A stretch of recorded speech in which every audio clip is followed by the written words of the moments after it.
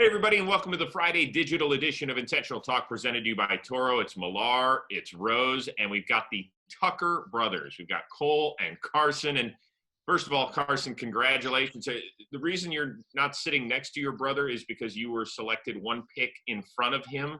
You guys were both first rounders, and now he won't sit anywhere near you. Is that the reason? Yeah, I know he's a little bit jealous, so I think that's a problem going on right now with him. Come on, dude. Cole, he's going to have that over you for the rest of your life, you know. No, and I'm really happy about it. Like, in the back of my mind, I knew-ish where Carson had a chance of going, and I was always like, man, if he goes higher than me, I'm never going to hear the end of this at Thanksgiving, Christmas, anytime we were ever on a baseball field together. So I guess he earned it. To be honest, I couldn't be prouder of him, but I know that I'll never hear the end of it. Well, you know what, Cole, you're partially to blame for this because 7 years ago you threw out the tweet when Carson was like 11 years old or whatever and swinging in the cage. He's like, listen, kid doesn't stop working. Little man's going to go in the first round. You predicted it, my man. Yeah, we just spoke it into existence. It's been no secret that Carson's a great player, and he always had actions. Like, he looked like a big leaguer when he was like 5 years old, and I didn't have that talent or that luxury. So it's a testament to Carson and how good of a player he is. And yeah, now I look really smart. So it's really cool. I was like the smart guy on the internet for the day. That's right. I want to say something, Carson, because I always look out for the players. Now, you know my man Chris Rose is a Cleveland Indians groupie. So just beware when you get to the show, Rose is going to be calling you for six tickets, 10 family photos. So I just want you to look out for the creepy 50-year-old TV guy. Is that okay? Yeah, for sure. I'll keep a heads up on him. Even though he's rocking the hat. I'm 49, guys, not 50. So if you're going to get the creep factor in there. You're getting there. Hey, Carson, what has Cole told you about, being in the show? I know you're just fresh out of high school and you haven't even signed your contract and all that sort of stuff. But how much has it helped you just being around him and being around major leaguers? Yeah, obviously, I don't take it for granted. I mean, obviously, I'm thankful to have him, as like a resource, I guess you can say, hanging with him and Cody and Scott King and all his friends. I definitely use it to my advantage over the other guys. So I kind of know what's ahead of me, and it won't be a total shock like once I get into pro ball and all that. So I definitely I'm pretty thankful for him and him being in that position to obviously help me in what I'm doing. Hey, Cole, I'm the youngest brother, okay? And I know that sometimes I annoyed the hell out of my older brothers. So there was never a time where you were like, dude, beat it. Like, I just want to hang with my guys. Honestly, not really. I mean, Carson's way cooler than me, to be honest. Like, I'm kind of goofy and weird, and Carson just kind of fits in with us. Like, he's 18 and I'm 23, but he's never a nuisance. He's never a bother. It never feels like he's just, like, tagging along. Whether we're just hanging out or like working out, he always just kind of like slid right in and fit in. So, I mean, I feel like I was more of an annoying younger brother to my older brother than Carson was. But no, I mean, all the years of beating up on him, he never really like took it personally, and he always fit in. And he's, and it paid off on Wednesday for him. So I guess we did a good job. Carson, is that true? Was Cole an annoying brother? Yeah, 100%. He's the most annoying one out of the two. But I mean, I've lived with him for so long, I'm used to it now. But yeah, he's a little different, bro. Well, listen, as you guys can tell, we like to have a lot of fun on this show. We don't take ourselves too seriously, but I think it is important for us to kind of take a big step back here. And Cole, let's focus a little bit on you with Black Lives Matter and the discussion. Obviously, what's going on now with the protests and with all the talk and the action that's happening now is very important. But I think the vital role that we can play in society is when it's not in the forefront of the media, and how we keep the ball rolling, so to speak, when the cameras aren't rolling.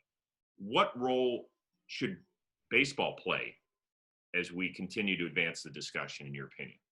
That's a really great question. I'm glad you asked it. The thing with Black Lives Matter and the movement and the protests and all that that's going on in the world right now, it's trending right now. It's cool. It's cool to post a little black box on your Instagram. It's cool to like tweet about George Floyd or Breonna Taylor or whoever it is. And in a couple weeks, it won't be as in your face and as prevalent. And then it's our job as society. And then since you're asking, it's our job as baseball to keep that going, to keep that conversation going, because these are hundreds and hundreds of year-old problems, and they're not going to go away with the snap of a finger. So baseball is going to be around a long time. We're going to be around a long time, and we have a platform to make change and to do better and to be better. And I think that it's our job to have those conversations as a league, as teammates, as friends, as brothers in this case, to keep that conversation going.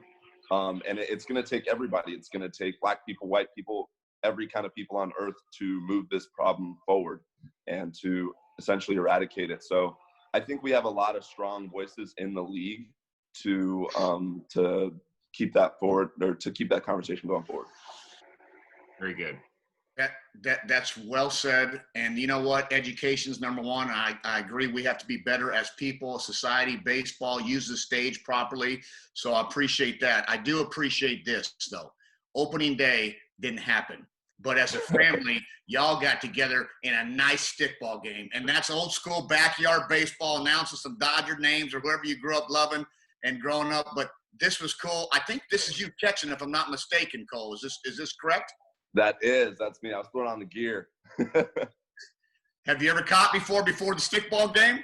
Oh, hell no. Never. I did it when I was like playing machine pitch as a little kid, but I would flinch whenever the ball would come, and it would freak me out. I'm much better suited for the infield. Mm-hmm.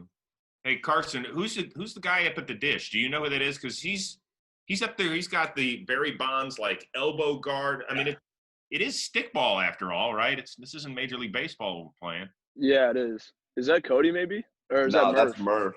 That's Murph. Murph. I think Cody might be filming it. Yeah, he probably – or I think he was actually. Yeah, that is Murph. Yeah, Patrick Murphy plays for the Blue Jays. Got it. Well, tell Murph to tone it down a little bit. He didn't have to take it so seriously. That's okay. Seriously, Murph's the man. Mm-hmm. Hey, Cole, you hit your second show homer, I believe, at Chase Field in Arizona, in your hometown. And it was caught by a guy who went to the same high school that you went to. So did you end up getting the ball and exchanging like yearbooks as well? Yeah. He caught the ball, gave it to my parents. I think he gave it to my mom, and all he asked was for me to like sign his Mount Point yearbook. But that was a really cool day.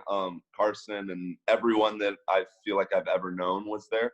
So that was pretty sweet. I mean, I grew up a diehard Diamondbacks fan. I'm drinking out of an old Diamondbacks cup right now. That's so embarrassing. But that was an unbelievable day. Like Carson, you were there. Like that was pretty sweet. There was about like 300 like people that we knew and like close family, friends, and family and stuff. So it was pretty packed, and it was pretty cool to like see him, coming back to the hometown and playing, in front of, I guess, his hometown fans and family and stuff like that. So it was pretty cool because obviously we've grown up watching the D-backs our whole lives. So it was a pretty special moment for sure. So good right there. But I'm going to tell you another special moment here, Carson, is that when you get to the show, you want to get to the show and be really good friends with all the big leaguers with Big Doe, because that way you don't have to buy anything. And as you can see right here, my boy Adam Jones, who, by the way, when that check came, he better have picked it up because he's the richest in this picture with you and Archer. No, totally. Jonesy's definitely picking up the tab at that dinner.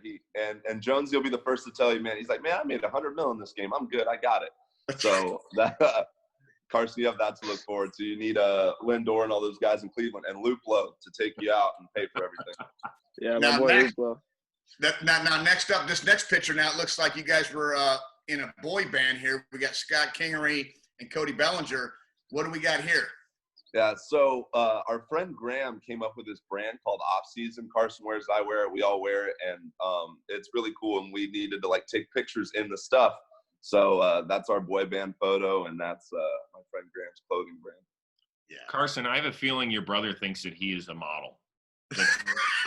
Yeah, he feels himself a little bit, but I mean, I kind of put him in his place sometimes, and let him know who he really is and how he really looks sometimes. I mean, he comes to me for outfit ideas and stuff because he knows I'm the guy with the style a little bit, so I got to freshen him up sometimes. Dude, Carson's definitely got the swag. Yeah. You got some onions to go at your older brother who's 5 years older. I like that. No. I gotta let him know who runs the house sometimes. Cole, you gonna let him get away with that? Yep. But I'll let him have his moment in the sun, but he knows I'll beat him up real quick and put him right back in his place. He knows that. That's why he's not here right now. He's scared. He's talking all that smack in the field. I love it. Nah. Well, you know what? You could always air him out on your show on MLB Instagram Live if you'd like to. So Tuck Talk, tell us about it. Yeah, so we're gonna do that again, but MLB and my agency were talking about like the possibility of doing a show on their social media platforms, and I just hit up some really cool people that I know, and it turned out being really good. And a lot of people watched it. And we were just talking about random stuff, baseball stuff, music stuff. I play the drums and the guitar, so it was like cool to have Joe Jonas on there and talk music. But once we do that again, it would be awesome to get Carson on there since he's all big time and famous now. Let the Cleveland fans see what they got coming. That's right. Yeah. What would we find out about Carson that we don't know? Ooh, Carson. I don't know. I think we'd find out that he kind of alluded to earlier, he's like kind of stylish and well dressed, but underneath it all, he's a big nerd. So he's not that cool. We'd humble him too. Trust me. Don't listen to that. Don't listen to that. Well, wait. So who's smarter between the two of you? Me. Me or I don't Millard? know, man. Dude, come on. I don't know. You went one pick higher than me. Let me have this one. All right. It's all you. Enjoy it. Enjoy it. That's so good, dude. Cole, if you're ever struggling for guests, you could have Millar and Rose, and then you'd get like 3 viewers. That'd be sweet. Hey, we should do that. That'd be awesome. We're coming on. We're gonna come on. We're gonna come on. You tell us when, we'll do it. We'll nail it. That way we can sit back and do. We can do like an Instagrammable got him. Yes. Good I got some for Rose too. I got some stuff to send you. Boy, scared of snakes. Stop. Perfect. I'm terrified. We don't need to air that video out again. Hey, Carson, congratulations on being the first round pick of the Cleveland Indians. Job well done. Keep working hard and keep following those dreams. Cole, it was great hanging out with you. We appreciate the time, my man. Thank you. Absolutely. Always good to see Appreciate you guys. Thank you so much for having us. You got it. Thank you. We'll see everybody on Monday's edition of IT, presented to you by Toro.